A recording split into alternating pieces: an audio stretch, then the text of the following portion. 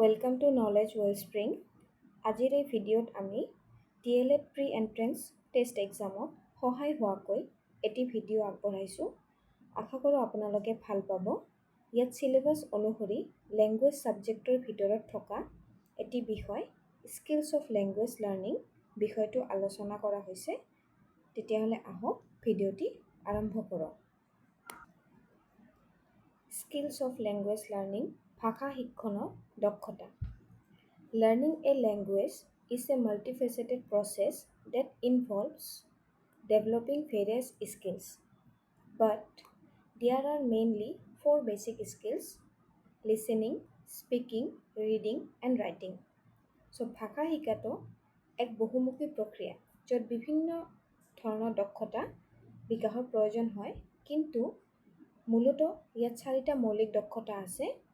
সেইবোৰ হৈছে শুনা, কোৱা, পঢ়া আৰু লিখা। আৰু এই চাৰিটা মৌলিক দক্ষতাৰ বিষয়ে তলত আলোচনা কৰা হ'ল।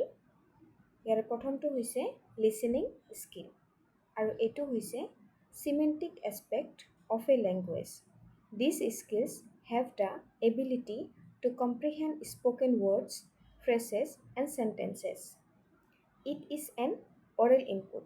ইয়াত oral শব্দৰ অৰ্থটো হৈছে connected with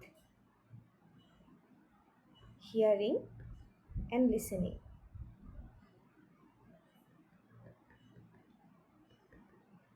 Connected with hearing and listening to বুজাইছে it involves a sender, a message, and a receiver.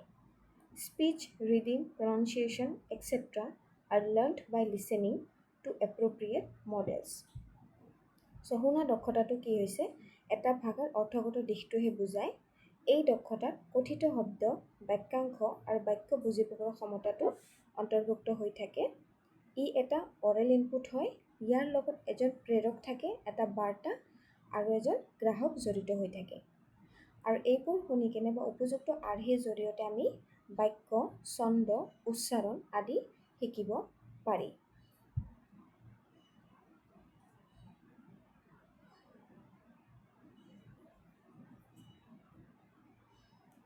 ইয়াৰ পিছৰটো হৈছে স্পিকিং স্কিল, আৰু এইটো phonetic aspect of A language.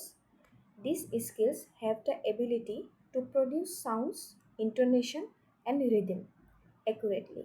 It is a productive or expressive skills on oral mode. It is fundamental to human communication in daily lives. So, কথা কোৱা দক্ষতাটো কি বুজাইছে? ই ভাষা এটা ধ্বনিগত দিশটোহে বুজায়। এই দক্ষতাত শব্দ, সুৰ আৰু ছন্দ সঠিকভাৱে উৎপন্ন কৰাৰ ক্ষমতাটো থাকে। ই মৌখিক ধৰণৰ ওপৰত উৎপাদনশীল আৰু প্ৰকাশভংগী দক্ষতা। কাৰণ কিয়? স্পিকিং স্কিল বা কথা কোৱা দক্ষতাৰ জৰিয়তে আমি আমাৰ মনোভাৱ আনৰ আগত ব্যক্ত কৰিব পাৰোঁ। আমি স্পিকিং স্কিলৰ জৰিয়তেহে আমি আমাৰ কথা প্ৰডিউচ কৰোঁ, উৎপাদন কৰোঁ। দৈনন্দিন জীৱনত মানুহৰ যোগাযোগৰ বাবে ই এক মৌলিক দক্ষতা হৈ পৰে, কাৰণ আমি কথা কোৱা দক্ষতাৰে আমি দৈনন্দিন জীৱনত মানুহৰ লগত যোগাযোগ কৰোঁ, কমিউনিকেট কৰোঁ। চ' সেইবাবে স্পিকিং স্কিল, কথা কোৱা দক্ষতাটো আমাৰ বাবে মৌলিক হৈ পৰে। ৰিডিং স্কিল, ফনেটিক কাম graphic aspect. This skill have the ability to identify written words and understand their meaning. It is an receptive skill in written form. চ' এইটো হৈছে ধ্বনিতাত্ত্বিক সহ চিত্ৰাত্মক দিশ, আৰু এই দক্ষতাত লিখিত শব্দ চিনাক্তকৰণ আৰু তাৰ অৰ্থ বুজি পোৱাৰ ক্ষমতাটো অন্তৰ্নিহিত হৈ থাকে। লিখিত ৰূপত ই এক গ্ৰহণযোগ্য দক্ষতা, কাৰণ কিবা এটা বস্তু লিখা আছে, সেইটো আমি পঢ়াৰ দক্ষতাৰ জৰিয়তে সেইটো আমি আয়ত্ত কৰিব পাৰিম, শব্দবোৰ চিনাক্ত কৰিব পাৰিম। যি লিখা আছে সেইটো আমি অৰ্থ বুজি পোৱা আমাক সহায় কৰিব পঢ়াৰ দক্ষতাটোৱে। তাৰপিছৰটো হৈছে writing skill, graphic aspect of A language. It is a skill enables a learner to brainstorm ideas, organize theme, draft, edit, and revise his or her work. তো লিখা দক্ষতাটোৱে কি কৰে? ই এটা ভাষাৰ গ্ৰাফিক দিশটো বুজায়। ই এটা দক্ষতা যি এজন লোকক বা এজন শিক্ষাৰ্থীক তেওঁৰ কামৰ বুদ্ধিৰ মন্থন কৰিবলৈ সুযোগ দিয়ে, ধাৰণা, সংগঠিত বিষয়বস্তু খচৰা, সম্পাদনা আৰু সংশোধন কৰিবলৈ এজন ব্যক্তিক সক্ষম কৰি তোলে। লিচেনিং স্কিল, শুনা দক্ষতা, ৰিডিং স্কিল, পঢ়া দক্ষতা। এই দুটা দক্ষতা ৰিচেপ্টিভ পেচিভ স্কিল মানে গ্ৰহণযোগ্য আৰু নিষ্ক্ৰিয় দক্ষতা বুলি কৈছে। কাৰণ লিচেনিং আৰু ৰিডিং স্কিলত কি হয়, আমি কিবা এটা বস্তু গ্ৰহণ কৰি থাকোঁ। লিচেনিং স্কিলত আনে কিবা এটা কৈ আছে, আমি সেইটো শুনি কেনে গ্ৰহণ কৰি আছোঁ। ৰিডিং স্কিলতো কিবা এটা লিখা আছে, আমি পঢ়ি কেনে সেইটো আমি আয়ত্ত কৰি আছোঁ। সেইবাবে এই দুটা দক্ষতা ৰিচেপ্টিভ আৰু পেচিভ স্কিল বুলি কৈছে।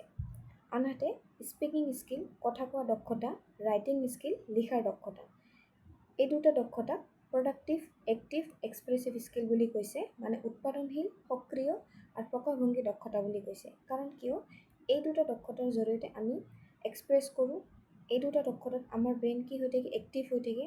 আমি প্ৰডিউচ কৰি থাকোঁ আমাৰ ধাৰণা বা আমাৰ কথা, আমাৰ চিন্তাধাৰণা, আমি এইবোৰ কি কৰোঁ, এক্সপ্ৰেছ কৰোঁ এই দুটা দক্ষতাৰ জৰিয়তে। সেইবাবে এই দুটা দক্ষতাক প্ৰডাক্টিভ এক্টিভ এক্সপ্ৰেছিভ স্কিল বুলি কৈছে। তাৰপিছত লিচেনিং স্কিল শুনা দক্ষতা, স্পিকিং স্কিল কথা কোৱা দক্ষতা, এই দুটা দক্ষতাক প্ৰাইমেৰী স্কিলৰ ভিতৰত ধৰা হয়। মানে এই দুটা দক্ষতাক প্ৰাইমেৰী স্কিল বুলি কৈছে। লগতে ৰিডিং স্কিল পঢ়া দক্ষতা, ৰাইটিং স্কিল লিখাৰ দক্ষতা, এই দুটা দক্ষতাক ৰিইনফৰ্চমেণ্ট স্কিল বুলি কৈছে। ইয়াত ৰিইনফৰ্চমেণ্ট শব্দটোৱে বুজাইছে সুদৃঢ় কৰাৰ দক্ষতা, সুদৃঢ় কৰাৰ দক্ষতা অৰ্থটো বুজাইছে।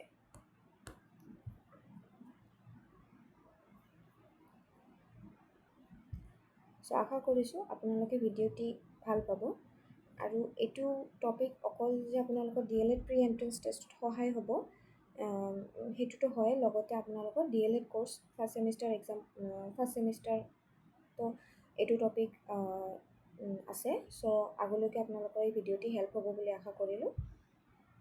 ভিডিঅ'টি যদি ভাল পাইছে তে লাইক কৰি দিব আৰু চেনেলটো ছাবস্ক্ৰাইব কৰিব।